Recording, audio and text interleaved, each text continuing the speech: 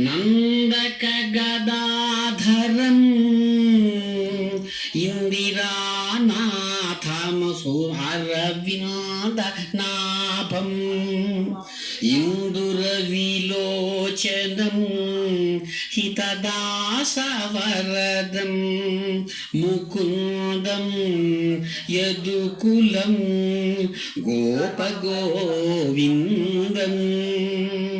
వందేహం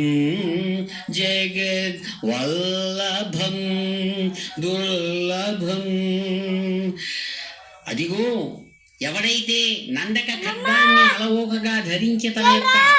పరాక్రమంతో చక్కగా చెలరేగి రాక్షసులను సంహరించాడు, కౌమోదకి గదను చక్కగా ధరించినటువంటి వాడే ఎవరైతే ప్రకాశించాడో అటువంటి ఇందిరానాథుణ్ణి శ్రేష్టమైన అరవిందాన్ని తన బొడ్డులో ధరించిన వాడే అరవిందనాథుడుగా సుప్రసిద్ధమైనటువంటి స్వామి ఆ సూర్యుణ్ణి చంద్రుడిని చక్కగా తన యొక్క కన్నులుగా కలిగినటువంటి ఆ మహానుభావుడు శ్రేష్టమైన పరాక్రమకు ప్రకాశిస్తున్నప్పుడు కూడా సౌజన్యలయుడుగా ఆ ప్రకాశించేటువంటి దేవుని ముకుందుడుగా తనను పిలిచి తలచి కొలిచినటువంటి సమస్తమైనటువంటి యాదవ వంశాన్ని ఎవరైతే కాపాడాడో అటువంటి గోగోపనందనటువంటి గోవిందుణ్ణి ప్రార్థిస్తామంటారు స్వామి అన్నమయ్య. ఎవరైతే అద్భుతమైన రూపంతో నరహరిగా మురహరిగా నారాయణుడుగా ఏ విధమైనటువంటి వినాశాలు లేనటువంటి అచ్యుతుడుగా ప్రకాశించి శ్రేష్టమైనటువంటి గరుడవాహనారూఢుడుగా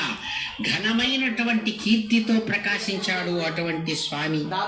పుండరీకాయతేక్షణుడు అని చెబుతూ అమ్మా అందరినీ విశాలమైనటువంటి కన్నులతో తాను కరుణారస వృష్టితో కాపాడుతున్నాడు. అటువంటి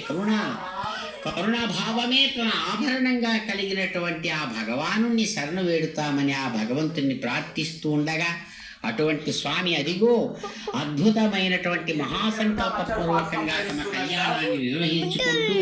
ఆంగిరస భారస్పత్య భారద్వాజ త్రయావిషయ పౌరాన్వితమైనటువంటి భారద్వాజస గోత్రికుడను నేను అని చక్కగా ఆయన తన యొక్క వైభవాన్ని సూచించేటువంటి ఈ విశ్వంలో మహాసంకల్పపూర్వకంగా సాగినటువంటి కళ్యాణంలో సమస్త దేశాల నుంచి వచ్చినటువంటి భక్తులు అగోచరంగా ఉన్న